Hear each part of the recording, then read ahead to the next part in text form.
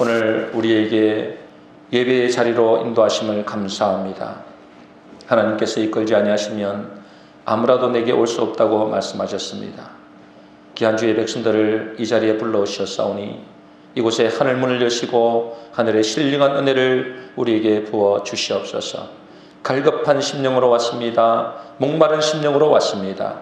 하나님, 이 목마른 심령 위에, 갈급한 심령 위에 하나님의 영의 양식을 부어 주시옵소서. 생수의 강을 흘러넘치게 하여 주시옵소서. 오늘도 말씀을 듣는 중에 이 말씀이 우리의 양약이 되게 하시고 우리를 치유하는 말씀이 되게 하여 주시옵소서. 문제가 있다면 문제가 해결받는 복된 시간 되게 하여 주시옵소서. 감사하고 예수님의 이름으로 기도하옵나이다. 아멘. 오늘 말씀의 제목은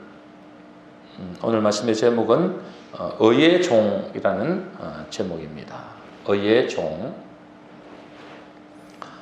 우리는 지난주에 신앙의 3단계에 대한 말씀을 나눴죠. 어제 시간이 좀 많이 가서 충분한 말씀을 나누지 못했습니다. 그래서 오늘 그 연장선에서 말씀을 나누고자 합니다. 우리의 신앙의 3단계는 우리의 신앙생활에 있어서 반드시 거쳐야 하는 과정입니다. 이것을 거치지 않는 사람은 아무도 없겠죠. 먼저 우리가 신앙의 3단계에서 가장 먼저는 우리가 알거니와 그랬습니다. 알아야 된다는 것이죠. 무엇을 알아야 된다고 했습니까? 영적 지식을 알아야 된다. 그렇게 말씀을 주셨습니다. 특히 영적인 지식 중에서 복음을 알아야 되는 것이죠. 무슨 복음입니까? 무슨 복음을 알아야 되죠? 로마서 6장 6절 말씀을 우리가 한번 읽어보도록 하겠습니다. 같이 읽겠습니다. 시작. 우리가 알거니와 우리의 옛사람이 예수와 함께 십자가에 못 박힌 것은 죄의 몸이 죽어 다시는 우리가 죄에게 종노릇하지 아니하려 함이니. 우리가 알거니와 우리가 알아야 될 것은 이 십자가에 못 박히신 예수 그리스도를 아는 것이죠. 또 갈라디아서 2장 20절입니다. 우리 갈라디아서 2장 20절입니다. 같이 읽겠습니다. 시작. 내가 그리스도와 함께 십자가에 못 박혔나니 그런즉 이제는 내가 사는 것이 아니요 오직 내 안에 그리스도께서 사시는 것이라. 그렇습니다. 우리가 영적인 지식을 알고 복음에 대해서 알아야만 됩니다. 영적인 지식은 여러 가지 많이 있겠지만 특별히 우리가 복음을 알아야 되죠. 그런데 복음을 아는데 어떤 복음을 알아야 되느냐는 것입니다. 우리가 예수님이 십자가에 못 박혀 죽으셨다. 그분이 사흘 만에 부활하셨다. 이것을 교리적으로 알거나 지식적으로 알게 되면 내게 아무런 기쁨이 되지 못합니다. 이것은 불신자들도 잘 알고 있는 내용이죠. 그러나 이것을 단순히 하나의 교리적으로만 알고 지식적으로만 안다면 이것은 우리에게 참된 복음이 될 수가 없습니다. 그러면 우리는 이 복음에 대해서 무엇을 알고 믿어야 되는가? 무엇을 알고 믿어야 되느냐면 로마서 6장 6절 말씀과 갈라디아 2장 20절 말씀, 오늘 읽었던 말씀, 이 두 말씀에 공통 단어가 있습니다. 그게 뭐죠? 함께라는 단어입니다. 함께. 예수와 함께, 또 그리스도와 함께. 이 함께라는 단어가 너무나 중요합니다. 예수와 함께 죽고 그리스도와 함께 부활하고 지금 예수님과 함께 내 안에 사는 것을 믿을 때 비로소 신앙생활이 시작되는 것입니다. 이것이 안 되면 절대로 신앙생활은 될 수가 없습니다. 이것을 믿는 것을 보고 신앙생활이다 그렇게 합니다. 그냥 예수님이 십자가에 못 박혀 죽으셨다더라, 부활하셨다더라, 그것은 여러분에게 아무런 도움이 안 됩니다. 지금 내가 그리스도와 함께, 그분이 십자가에 죽으실 때 나도 함께, 그분이 부활하실 때 나도 함께 부활하셨음을 믿는 것이 신앙생활인 것입니다. 이거는 또 지난주에도 말씀드렸기 때문에, 그리고 이 사실을 알고 이제 뭐 하라는 것입니까? 로마서 6장 11절 말씀입니다. 우리 같이 읽겠습니다. 시작. 이와 같이 너희도 너희 자신을 죄에 대하여는 죽은 자요 그리스도 예수 안에서 하나님께 대하여는 살아있는 자로 여길지어다. 여길지어다. 두 번째 단계죠. 여기는 단계입니다. 그렇게 여기라는 것입니다. 이 여기라는 단어는 또 원어적으로 보면 뭐라고 그랬습니까? 누리라는 것입니다. 이것을 알고 누리는 것입니다. 지식으로만 알고만 있으면 뭐 하겠습니까? 그것을 누리지 못하면 아무런 의미가 없겠죠. 내가 하나님 앞에 산 자로 여길지어다. 내가 하나님의 자녀로 부름을 받은 자로 여길지어다.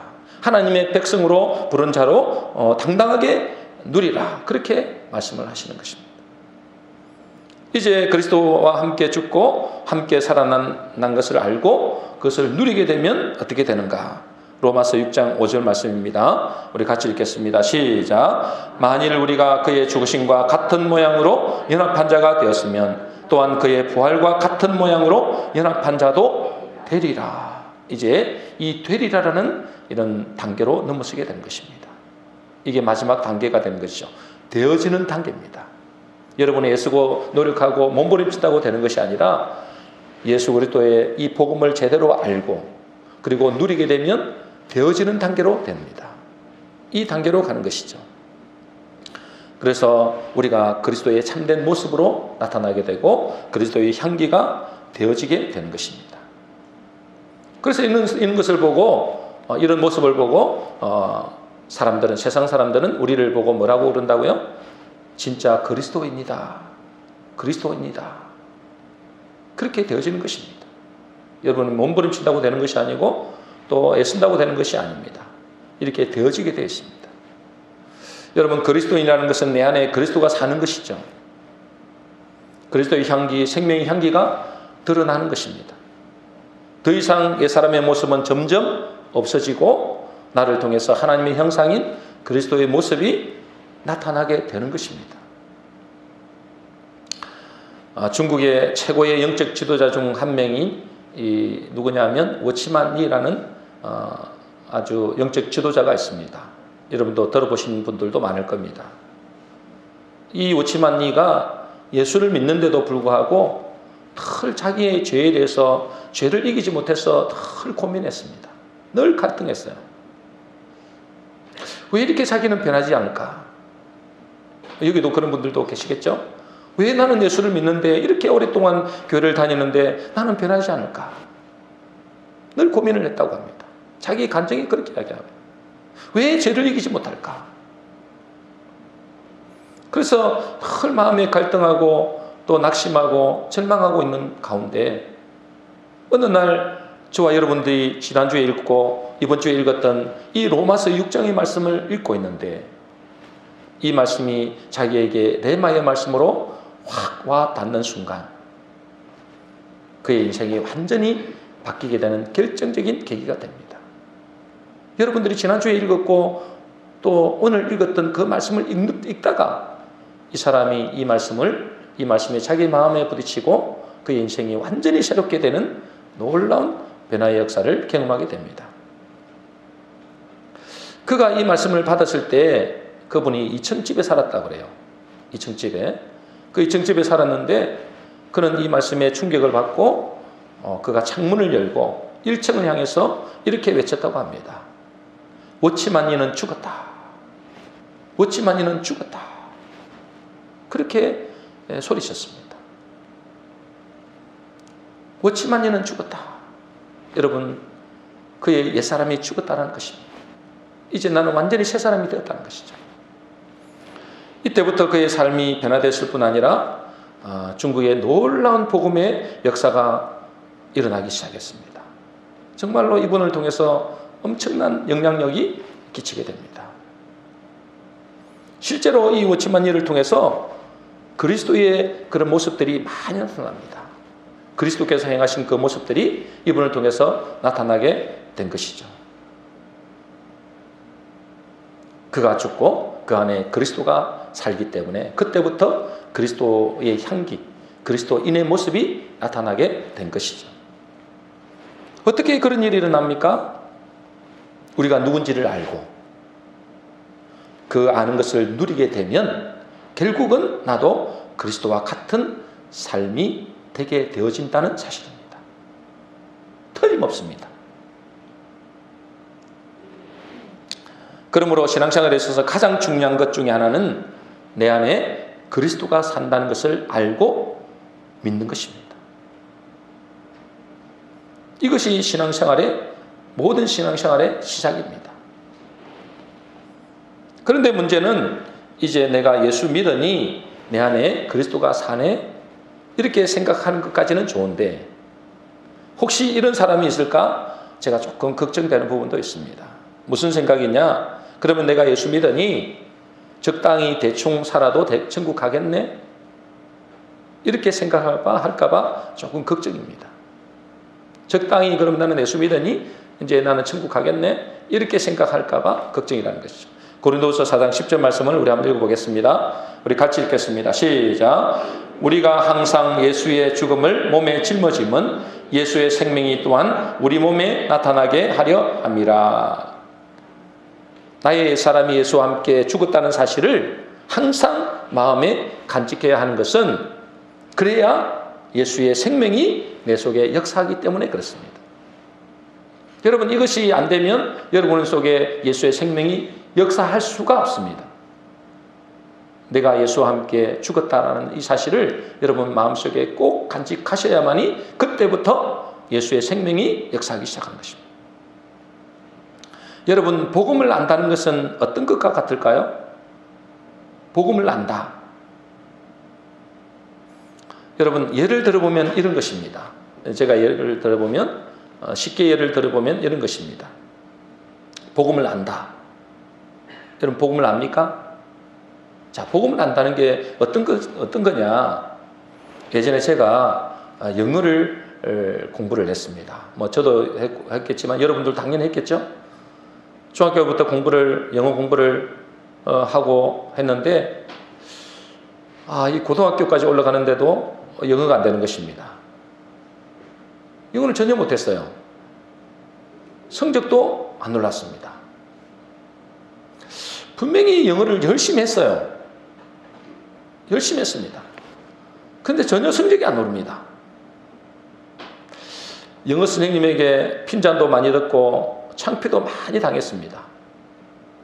솔직히 말해서 그 영어 선생님 때문에 2학년 때 그 영어 선생님 때문에 상처를 많이 받았어요.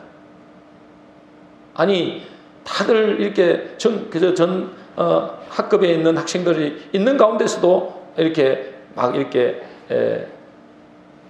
창피함을 주게 하더라고요. 그 어린 나이에 굉장히 상처를 많이 받았습니다. 그런데 왜 영어가 안 되는지 몰랐어요. 열심히 공부는 하기는 해요. 이 두꺼운 이게 종합 영어 성경 영어도 들고 다니고 기본 영어도 들고 다니고 그렇게 해요. 그런데 영어가 안 늘어요. 단어도 열심히 외웠습니다. 그런데 실력은 안 늘고 정말 힘들었습니다. 영어 때문에 정말 속된 말로 미치지경했어요. 미치지경했어요. 왜 안 오를까? 그런데 나중에 그것을 알았습니다. 제가 영어에 대한 기본이 안 돼 있다는 사실을 알았습니다. 기본이 안 돼 있는 거예요. 기본. 영어에 대한 기본 개념을 모르는 것입니다. 일종의 이런 것이죠. 아이들이 갖고 노는 장난감, 요즘에 장난감을 사게 되면 장난감 이게 완성된 장난감도 있지만 또 아이들이 또 조립해야만이 부속품이 이렇게 조립해야만이 되는 그런 장난감 있잖아요. 보통 이제 아이들이 장난감에는 부속품들이 조각조각 나뉘어져 있습니다. 그것을 제대로 조립해야만이 장난감이 자동차가 되든지 로봇이 되든지 비행기가 되든지 또 그렇게 하면 또 움직이든지 그렇게 하겠죠. 그러나 아무리 부속품을 많이 사놓아도 그것을 조립하는 원리를 모르면 그것은 잡동사니일 뿐이에요. 걸거치는 집안의 하나의 쓰레기일 뿐입니다. 그렇겠죠? 그 조각조각 하나가 무슨 소용이 있겠습니까? 그걸 조립해야만이 아이들이 갖고 놀 수 있는 장난감이 되는 것이죠. 마찬가지입니다. 제가 이것을 알고 영어를 공부할 때, 재수할 때 다시 기초부터 다시 영어를 시작했습니다. 완전 처음은 중학교 1학년, 그때는 중학교 1학년 때부터 영어를 공부했거든요. 중학교 1학년 영어를 다시 시작했어요. 그리고 이제 책 한 권을 완전히 마스터를 했습니다. 문법 책을 완전히 마스터를 했죠. 그리고 나서 이제 학원을 다니니까 그제서야 비로소 영어가 뭔지를 알겠더라고요. 아, 영어가 이렇게 작동하는 것이구나. 그때부터 공부하는 족족 성적이 오릅니다. 그때부터는. 그리고 지금까지 외웠던 단어들이 다 쓸모가 있으시더라고요. 그래서 제가 대학을 가게 되고 그 대학에서 제가 영어에 대해서는 거의 A를 맞았습니다. 항상 A를 맞았어요. 남도 가르쳤습니다. 아이들도 가르쳤습니다. 과외를 하면서 아이들을 제가 가르치고 돈까지 벌게 됐어요. 제가 영어를 못 해봤기 때문에 못한 아이들의 그 상황을 압니다. 쉽게 가르칠 수 있는 거예요. 여러분, 아무리 영어 단어를 외우고 두꺼운 영어책을 들고 다니고 열심히 공부해도 영어에 대한 작동 원리를 모르면, 기본 개념을 모르면 영어의 성적은 절대 오르지 않습니다. 복음도 이와 같다는 것이죠. 복음도 이와 같습니다. 많은 사람들이 복음을 안다고 생각합니다. 그리고 복음을 하나의 기초라고 생각합니다. 그러니 복음은 기본이니까 대충 넘어가고 신앙생활을 열심히 합니다. 성경 구절도 많이 압니다. 기도도 적당히 합니다. 교회도 열심히 다닙니다. 봉사도 합니다. 그런데 실제 삶에서 복음의 능력이 전혀 다릅니다. 교회는 교회고 신앙은 신앙이고 삶은 따로입니다. 그리고 내 신앙의 성숙은 전혀 일어나지 않습니다. 신앙의 실력이 안 늘어난 거예요. 왜 그럴까요? 복음을 모르면서 안다고 착각한 거예요. 이건 기본이니까. 이건 당연히 안다고 생각하고 신앙생활 하는 것입니다. 그 복음이 내 속에서 시스템으로 작동하지 않는데 그저 성경 공부만 열심히 하고 교회 생활만 열심히 하는 것입니다. 복음에 대한 기본이 깔아지고 시스템이 장착한 이후에라야 이 말씀이 능력이 되고 힘이 되고 나에게 에너지가 되고 또 그것이 나의 삶에 영향력을 끼치게 됩니다. 근데 이것을 모르는 거예요. 복음에 대해서 잘 모르는 것입니다. 모르면서 안다고 착각하는 거예요. 다 들어봤다는 거예요. 영어를 한다고 하지만 기본이 안 되면 아무리 영어를 다 외우고 열심히 공부를 한다 할지라도 그 영어가 말할 수도 없고 써먹을 수도 없어요. 남에게 가르칠 수는 더더욱 없습니다. 마찬가지로 신앙생활도 오래 했지만은 성경을 많이 알지만은 삶에 아무런 능력도 힘도 에너지도 안 됩니다. 복음을 제대로 모르면. 이 복음이 기초라고 생각하는 겁니다. 아닙니다, 여러분들. 제가 만 40세 때 복음을 처음으로 제게 작동하기 시작했어요. 그 이전에는 그러면은 초등학교 4학년 때부터 교회를 다녔으니까 거의 몇 년이죠? 한 30년 됐네요.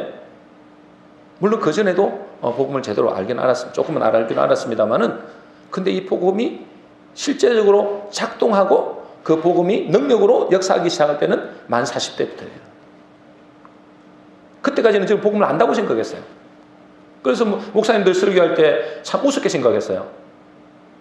다 아는 걸 왜 또 이야기하냐. 근데 아는 게 아니었어요. 어느 날 이 복음이 내 속에 시스템으로 작동하는 것을 보고 그때 체험하고 난 다음에 그때부터 복음이 확 열렸습니다. 그때부터는 신앙의 성장이 확 일어났습니다. 그때 제 삶도 확 변화됐습니다. 알고 있었다고 생각하는 그 복음이 아는 게 아니었더라고요. 시스템이 작동을 안 하는 거예요.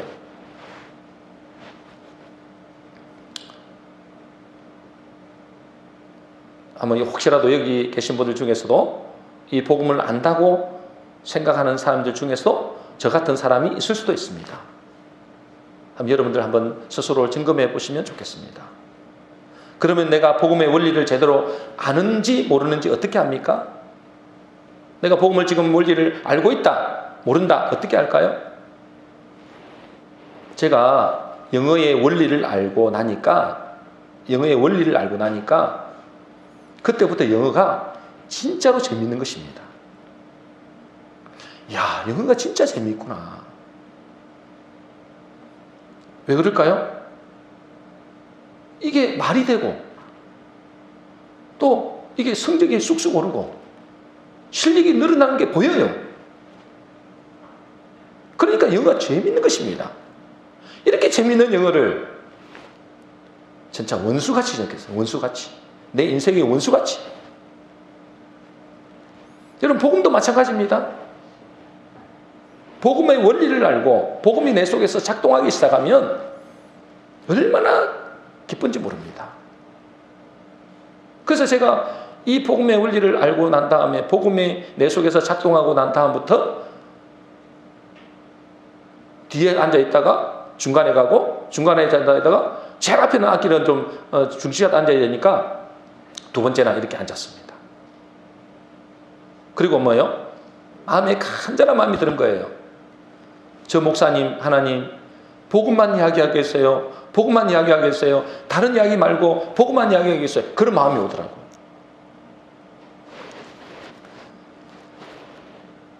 여러분, 영어의 원리를 알면 영어가 재밌으듯이 복음의 원리를 알면 복음이 너무 재밌습니다. 너무 기쁩니다. 그리고 복음의 말씀을 들으면 들을수록 그 말씀을 읽으면 읽을수록 신앙생활 하면 할수록 신앙이 성숙됩니다. 성장합니다. 영어가 성장하듯이 영어의 실력이 쑥쑥 자라듯이 여러분 속에 복음의 원리가 작동하기 시작하면 여러분 복음의 원리 시스템이 작동하기 시작하면 여러분의 신앙이 성장하는 것이 눈에 보입니다. 절대 바뀌지 않을 것 같은 사람도 바뀌기 시작합니다. 그때부터 바뀌기 시작합니다. 제가 요즘에 전도하는 것이 조금 재밌었습니다. 전도하는 것이 재밌었어요. 전도가 재밌는 것이구나 라는 것이 조금입니다. 아직까지 엄청 재밌다 이건 아니지만 참 재밌다. 전도가 재밌구나. 이런 게 느낀 것이 뭐냐 하니까 전도의 원리가 제게 조금씩 작동하기 시작한 거예요. 첫 번째 전도는 뭐냐면 하나님이 정말 기뻐하신다. 이 사실이 제 속에서 작동하기 시작한 것입니다. 하나님이 기뻐하시는구나. 그리고 이 전도가 나를 살리고 교회를 살리고 우리 성도를 살리고 이웃을 살리는구나. 이게 내 속에서 작동하기 시작합니다. 몰랐던 것이 아닌데 그것이 작동하기 시작한 거예요. 그리고 전도할 때 두려운 이유가 뭡니까? 거절감이죠. 거절감이죠. 근데 예수님이 그렇게 말씀하셨잖아요. 나로 인하여 너희를 욕하고 핍박하고 모든 악한 말을 할 때에는 너희에게 복이 나니 기뻐하고 즐거워하라. 하늘에서 너희 상이 큽니다. 그렇게 말씀하셨잖아요. 그러니 어쩌냐면 오히려 사람들에게 거절을 당하고 사람들에게 나의 눈총을 이렇게 총을 쏘는 것은 아니지만 눈총을 쏘잖아요. 그리고 나를 이렇게 우습게 보고 어떤 데는 손가락질하고 그런단 말이죠. 그 앞에서는 안 하겠지만. 근데 그때는 뭐냐면 옛날에는 내가 이 나이에 이 짓을 하고 다녀야 되나? 나도 배울 만큼 배운 사람인데 나 이렇게 참 살아야 되나? 이런 생각이 들 때도 솔직히 있었어요. 근데 지금은 어때요? 이게 작동이 돌아가니까 이 말씀이 내 속에서 돌아가니까 그것이 오히려 기쁨인 거예요. 야, 이게 복이다. 이게 하나님이 주는 상이다. 그걸 몰랐던 것이 아닙니다, 여러분. 내 속에서 이제 그 속에서 뭐요? 내 속에서 조금씩이나마 그 말씀이 작동하기 시작한 거예요. 그러므로 여러분 속에 이 복음이 작동되어야 됩니다. 예수님의 십자가에서 내가 죽고 이제 내 안에 그리스도가 산다는 이 복음이 여러분 속에서 작동되어져야 돼요. 그래야 이 복음이 우리의 삶에서 능력이 되고 힘이 되고 어떤 환경에서도 이룰 수 있는 원동력이 되고 신앙생활이 재미있어지고 신앙이 점점 성장하게 되는 것입니다. 로마서 1장 16절에 이런 말씀이 있죠. 우리 같이 한번 읽어보겠습니다. 같이 읽겠습니다. 시작. 이 복음은 모든 믿는 자에게 구원을 주시는 하나님의 능력이 됨이라. 여러분 속에 이 복음이 작동하기 시작하면 이 복음이 여러분에게 놀라운 능력으로 역사하게 됩니다. 내 인생을 바꿔버립니다. 또 이 복음을 내가 진짜 믿고 있는지 안 믿고 있는지 어떻게 아느냐? 내가 진짜 이 복음을 믿고 있는지 안 믿고 있는지는 어떻게 아느냐? 여러분 진짜 신앙인은 어떤 사람인가? 지난주의 말씀에 제가 잠시 나눴습니다만 지난주의 말씀을 잠시 정리하자면 예수 믿는 우리가 내 안에 그리스도가 산다는 것은 내 느낌이나 내 감정이나 내 현실을 보고 그런 것이 아닙니다. 제가 분명히 지난주에 말씀드렸죠. 예수 믿는 내 안에 그리스도가 산다. 이것은 내 느낌이나 내 감정이나 내 모습을 보고 그런 것이 아닙니다. 어떤 거에 근거해서 그런 거죠? 하나님의 말씀에 그렇게 하셨습니다. 말씀에. 예수 믿으면 내 안에 그리스도가 산다고 하셨으니 그 말씀을 믿는 겁니다. 찬송가 267장 우리 한번 볼까요? 뭐라고 되어 있습니까? 주의 확실한 약속의 말씀 듣고 주만 믿으면 구원을 얻으리라. 할렐루야 할렐루야 내가 예수를 믿어 그의 흘리신 피로 내 죄 씻었네. 주의 확실한 약속의 말씀 듣고 주만 믿으면 구원을 얻으리라. 뭘요? 뭘 근거로 한다고요? 확실한 약속의 말씀을 근거로 하는 것입니다. 그렇죠? 여러분의 느낌이나 여러분의 모습 보고 여러분 속에 그리스도가 계신다. 그러면 저나 여러분이나 솔직히 소망이 없습니다. 이렇게 약속의 말씀을 듣고 그것을 믿는 사람 안에 그리스도가 계신다는 것을 우리가 믿는 것입니다. 왜 그렇느냐? 다시 말씀드리지만 말씀이 그렇게 되어 있기 때문에 그렇습니다. 신앙인은 뭐냐? 말씀을 믿는 거예요. 이 사람은 그리스도가 자기 안에 사는 것을 믿기 때문에 어떻게 되는지 아십니까? 이 복음인 내 안에, 여러분 복음의 핵심이 그겁니다. 내 안에 그리스도가 사는 것입니다. 이 사실을 믿는 사람은 그리스도의 말씀을 따라 살려고 합니다. 그때부터.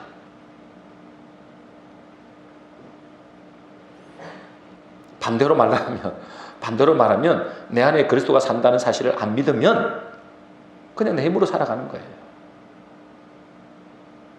그런데 분명히 말씀대로 내가 예수를 믿는 나는 내 속에 그리스도가 살기 때문에 그것을 믿는 사람은 자동적으로 그리스도의 말씀을 따라 살려고 합니다. 그러므로 복음을 믿는 사람은 결국 말씀대로 살 수밖에 없습니다. 100% 완전하게는 살 수 없지만 그렇게 말씀대로 살려고 살 수밖에 없는 그런 환경으로 몰아갑니다. 그러니 믿음과 말씀대로 사는 것은 별개가 아니라는 것입니다. 여러분들 별개가 아니에요. 내가 믿음으로 예수를 믿고 천국 간다. 내 삶은 상관없다. 그건 거짓말입니다, 여러분들. 그거는 이단이에요, 이단. 구원파. 구원받고 그러잖아요.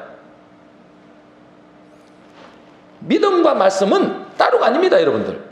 믿음과 말씀이 아니라 믿음과 행위로 행함은 따로가 아닙니다. 연결되어 있습니다. 내가 내 안에 예수님이 그리스도 안에 내 안에 산다. 이것은 뭐예요? 말씀을 믿는 겁니다. 여러분의 감정을 믿는 것이 아니고 여러분의 모습을 믿는 게 아니에요. 말씀을 믿는 거예요. 그렇다면 다른 말씀도 믿을 수밖에 없다는 것이죠. 그 사람은. 그래서 오늘 본 말씀 로마서 6장 15절 16절 말씀입니다. 우리 15절부터 먼저 읽겠습니다. 같이 읽겠습니다. 시작. 그런즉 어찌하리요? 우리가 법 아래 있지 아니하고 은혜 아래 있으니 죄를 지으리요? 그럴 수 없느니라. 16절입니다. 시작. 너희 자신을 종으로 내주어 누구에게 순종하든지 그 순종함을 받는 자의 종이 되는 줄을 너희가 알지 못하느냐? 혹은 죄의 종으로 사망에 이르고 혹은 순종의 종으로 의에 이르느니라.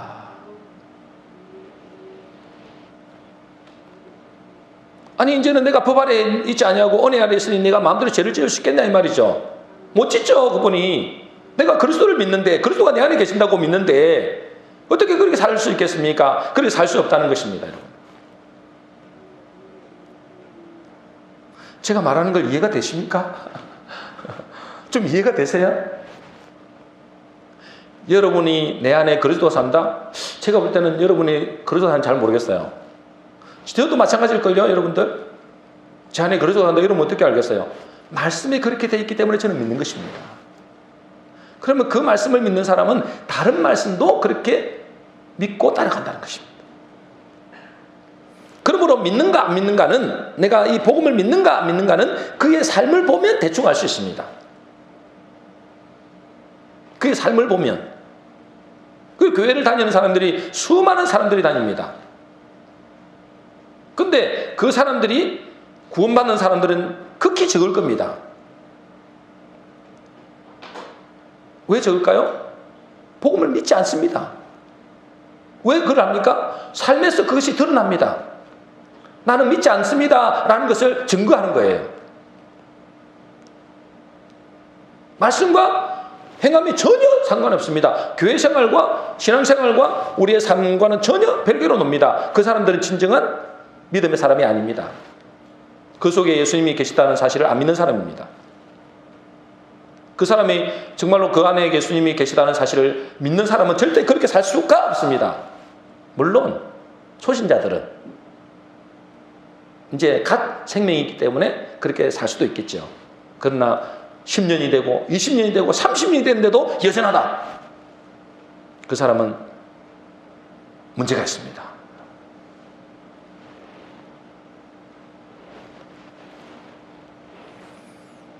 여러분, 복음을 믿지 않는 사람은 내 속에 그리스도가 산다는 것을 믿지 않습니다. 그렇겠죠? 복음을 믿지 않는 사람은 내 속에 그리스도가 사는 것을 믿지 않습니다. 그러니 말씀도 사실상 안 믿으니 말씀대로 살지 않게 되는 것이죠. 복음을 믿는 사람은 말씀대로 살아갈 수밖에 없습니다. 잘 안 되지만. 그러므로 내가 진짜 복음을 믿는지 안 믿는지는 자기가 분명히 알 수 있습니다. 자기 스스로. 내가 예수를 믿고 있구나. 자, 이제 이렇게 말하면, 이거 나는 또 걸렸네? 나는 구원받을 수 없는 존재구나. 이렇게 생각하는 사람이 있을 수도 있습니다. 물론, 아직 우리 복음의 말씀이 그 속에 없는 사람이 있을 수 있습니다. 이곳에서도. 그러나 제가 볼 때는 많은 분들이 그 마음속에 복음의 말씀이 그 속에 있습니다. 믿음의 분량이 다를 뿐이죠. 어떻게 아느냐? 여러분 속에 이 복음의 말씀이 없다면 이곳에 오지 않을 겁니다. 이곳이라 함은 이 열악한 환경, 이렇게 작은 교회, 별로 시스템도 제대로 되지도 않고 좋은 환경도 아닌 이곳에 여러분 오지 않을 것 같아요. 한두 번 올지는 모르겠죠. 그러나 지속적으로는 오지 않습니다. 여기보다 더 좋은 교회가 많습니다. 시설도 어리어리하고 프로그램도 잘 되어 있는 것도 많습니다. 근데 왜 여기 왔습니까? 왜 이 작은 교회를 다닙니까? 아마도 틀림없이 하나님께 예배드려야 하는데 그래도 복음의 말씀이 끌려서 여기에 온 사람이 많을 겁니다. 그러니 여러분 속에 이 복음의 말씀이 없다면 절대 여기 올 이유도 또 올 필요도 없을 것입니다. 그리고 여러분 속에 복음의 씨앗이 있는 사람은 여러분의 삶에서 말씀대로 잘 살지 못할 때 여러분 마음이 어떤지를 보시면 압니다. 마음이 편치 못할 겁니다. 뭔가 모르게 하나님께 죄송하고 나를 이렇게 살면 안 되는데 하는 마음이 있을 거예요. 그래도 주일 성수는 하고 또 11조 생활하고 많이 하나님께 드리지 못하지만 힘써 헌금도 하는 것은 여러분 속에 그리스도의 그 생명의 씨앗이 계시기 때문에 그렇다라고 말씀드릴 수 있습니다. 그렇지 않으면 설명할 길이 없는 거예요. 한두 분 오실 수는 있겠죠. 그러나 이렇게 지속적으로 하나님 앞에 나와서 이 작은 교회에 또 하나님 앞에 말씀대로 살지 못할 때 너무 마음에 갈등하고 힘들어하는 그 모습은 여러분 마음속에 이 그리스도의 생명이 씨앗이 있다는 것입니다.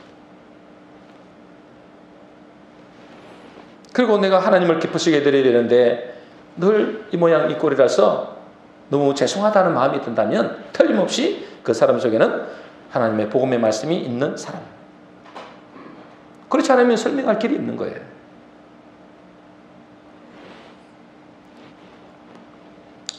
그런데 여러분 속에 복음의 말씀이 있지만 이것을 어떻게 자라게 하고 성장할 것인가? 이게 중요하죠. 여러분 속에 복음의 말씀이 있지만 이것을 어떻게 자라게 하고 성장케 할 것인가?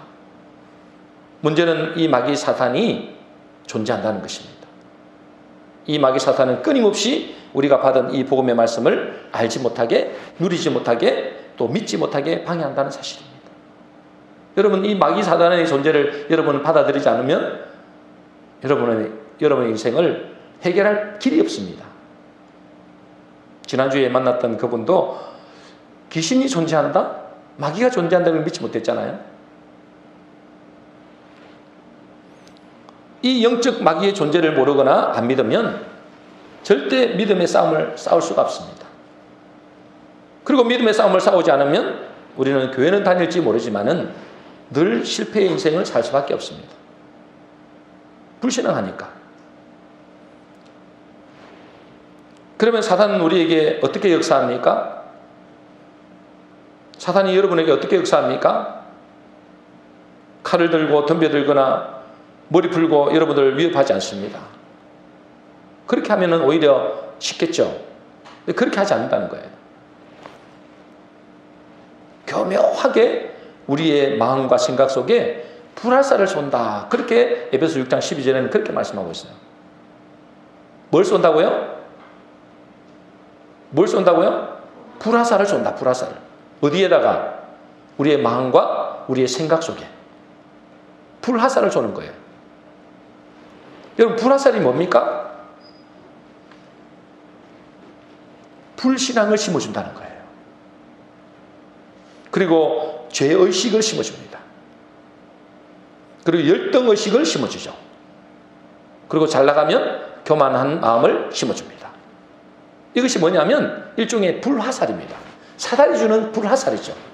계속해서 쏘는 것입니다. 여러분, 제대로 알아야 될 것은 이 불신앙, 죄의식, 열등감, 교만 등은 내 속에서 내가 가진 것이 아닙니다. 여러분들, 예수 믿는 내가 가진 것이 아닙니다. 이것은 사단의 불화살입니다. 이것을 분명히 깨달아야 돼요. 예수 믿는 내 속에 그것이 일어난다. 그건 내 속에서 그냥 일어난 것이다. 그게 아니에요. 사단이 여러분들을 넘어뜨리려고 쏘는 불화살입니다. 이것을 깨달으셔야 돼요. 아이고, 내 속에서 그냥 일어나네. 그것이 아닙니다, 여러분들. 마귀가 여러분 생각 속에, 마음 속에 그것을 불화살을 쏘는 것입니다. 어떻게 해야 됩니까, 여러분들? 베드로전서 5장 8절 9절입니다. 우리 같이 읽겠습니다. 시작. 근신하라 깨어라 너희 제적 마귀가 우는 사자같이 두루다니며 삼킬 자를 찾나니 너희는 믿음을 굳건하게 하여 그를 대적하라. 뭘 하라고요? 믿음을 굳건하게 하여 저를 대적하라. 근데 믿음을 굳건하게 한다고 그저 나는 믿습니다 한다고 믿음에 굳건해지는 것이 아니라는 것입니다. 여러분, 믿음만이 이게 이 마귀가 쏘는 불화살을 이길 수 있습니다. 막아낼 수 있습니다. 믿음은 어떻게 주어집니까? 믿음은 어떻게 주어지죠? 믿음은 하나님의 뭐요? 선물이요, 은혜입니다. 여러분, 믿음을 내가 믿습니다 한다고 믿어지는 게 아닙니다. 내가 열심히 한다고 되는 게 아닙니다. 믿음은 뭐라고요? 하나님의 은혜요, 선물이다. 에베소 2장 8절에 그렇게 되어 있습니다. 믿음은 따라하겠습니다. 믿음은 은혜요, 선물이다. 하나님의 은혜요, 선물입니다. 이것은. 그러므로 어떻게 해야 됩니까? 하나님의 은혜요, 선물을 받으려면 어떻게 해야 할지를 여러분 고민하셔야 되는 거예요. 내가 어떻게 그러면 내 믿음을 자라게 해야 되는데 이 믿음을 자라게 하려면 어떻게 해야만 하나님 앞에 그 은혜와 선물을 받을 수 있겠는가? 그것을 고민해야죠. 여러분, 하나님의 은혜는 어떻게 주어집니까? 누구에게 주어지죠? 겸손한 자에게 주어집니다. 갈급한 자에게 주어집니다. 가난한 자에게 주어집니다. 심령이 가난한 자는 천국이 저희 것입니다. 여러분 마음속에 갈급한 심령이 되어야 되고 가난한 심령이 되어야 되고요. 여러분 속에 겸손한 심령이 되어야 됩니다.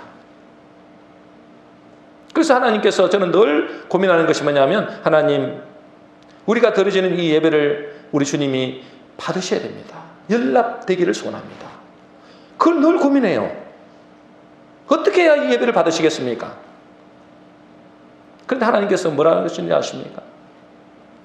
가난한 심령으로 하나님 앞에, 상하고 통회하는 심령으로 하나님 앞에 나오는 자를 하나님께서 그 예배를 연락하시겠다. 그렇게 하십니다. 여러분 마음속에 갈급한 심령이 되어야 된다는 것입니다. 가난한 심령이 되어야 되고 겸손한 심령이 되어야 됩니다. 은혜는 위에서부터 아래로 내려가는 것이기 때문에 그렇습니다. 여러분 마음속에 교만한 마음이 있거나 여러분 마음속에 높아진 마음이 있거나 갈급하지 않은 사람에게는 아무리 부어줘도 이것은 받을 수가 없습니다. 믿음이 생기지 않는 것이죠. 믿음은 하나님의 은혜요 선물이기 때문에 그렇습니다. 그래서 로마서 6장 17절 18절 오늘 본문 말씀 결론입니다. 같이 읽겠습니다. 시작. 하나님께 감사하리로다. 너희가 본래 죄의 종이더니 너희에게 전하여 준 바 교훈의 본을 마음으로 순종하여 죄로부터 해방되어 의에게 종이 되었느니라. 그렇습니다. 의의 종이 오늘 제목이죠. 의의 종. 어떻게 의의 종이 되었다고요? 너희에게 전하여 준 바 교훈의 본을 마음으로 순종하여. 교훈의 본 뭐죠? 하나님의 말씀에 순종하는 것입니다. 하나님의 말씀에 순종하려면 내가 겸손하지 않으면 안 되겠죠. 내가 낮아지고 갈급하지 않으면 안 됩니다. 그 말씀을 듣고 그 말씀을 먹고 그 말씀에 순종할 때 우리는 뭐요? 우리의 영적으로 믿음이 성장하고 더욱더 의의 종이 되는 것입니다. 이것은 하나의 원리입니다. 여러분, 원리.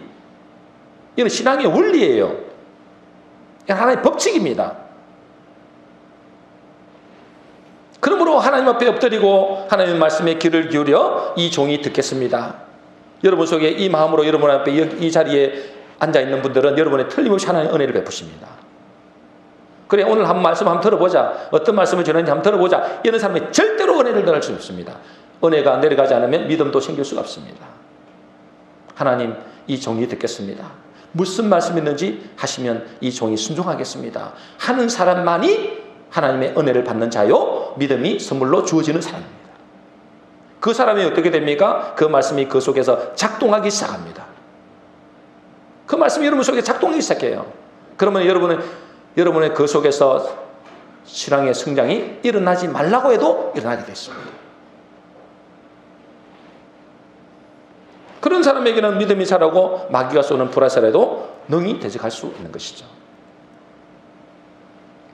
우리 모든 성도님들은 복음을 받은 사람으로서 그 말씀을 믿음으로 복음이 작동하고 그래서 의의 종으로 쓰임받는 복된 성도 되시기를 예수 그리스도 이름으로 축복합니다. 결론입니다. 여러분, 복음은 기초가 아닙니다. 복음은 전부입니다. 이걸 여러분은 제대로 깨달으셔야 됩니다. 여러분 마음속에 하나님, 저 주의 종이 복음만 말씀하게 하여 주시옵소서, 그런 심정이 된다면 여러분 산 사람입니다. 또 복음이야? 그 사람은 병든 사람입니다. 또 그 이야기야? 틀림없이 병든 사람입니다. 이 복음이 여러분 속에 작동하지 않으면 아무리 교회 다녀도 신앙은 성장하지 않을 겁니다. 제가 장담합니다. 왜? 제가 잘 알기 때문에 그렇습니다. 이 복음이 여러분 속에 뿌리 내려야 됩니다. 다시 말해서 내가 그리스도와 함께 십자가에 죽었고 내가 그리스도와 함께 그분과 함께 살고 지금도 그분과 함께 산다. 이것을 알고 누릴 때 비로소 신앙은 성장하게 되십니다. 그 사람은 자동적으로 말씀에 순종하려고 몸부림칩니다. 어떻게 하면 하나님을 기쁘시게 할까 생각합니다. 대충 신앙생활 하지 않습니다. 적당하게 신앙생활 하지 않습니다. 여러분, 그러나 마귀는 가만히 있지 않습니다. 계속해서 여러분에게 불화살을 쏠 것입니다. 야, 교회 다닌다고 다 돼? 기도한다고 네 응답 받았어? 계속 불신앙을 심어줍니다. 그리고 낙심케 합니다. 좌절케 합니다. 또 잘 되면 교만해집니다. 여러분이 그래서 그런 게 아니에요. 여러분 속에서 계속해서 뭐요? 여러분 마음과 생각 속에 마귀가 불화살을 쏘는 것입니다. 그것을 능히 대적하라고 했습니다. 믿음으로 대적하라고 했습니다. 그 불화살을 막아내는 것은 믿음의 방패죠. 그 믿음은 그저 생기는 것이 아니라 오늘 여러분에게 전해준 교훈의 복음, 교훈의 말씀, 이 말씀을 마음으로 받아들이고 이 말씀을 먹고 그 말씀에 엎드리고 순종하려고 하는 마음이 있는 사람에게 하나님은 믿음의 사람, 의의 종이 되는 것입니다. 우리 모든 성도님들은 이 복음의 말씀을 마음으로 순종하여 죄로부터 해방되고 의의 종이 되시기를 주의 이름으로 축복합니다. 우리 기도하겠습니다. 우리 한번 합심하여 기도하겠습니다.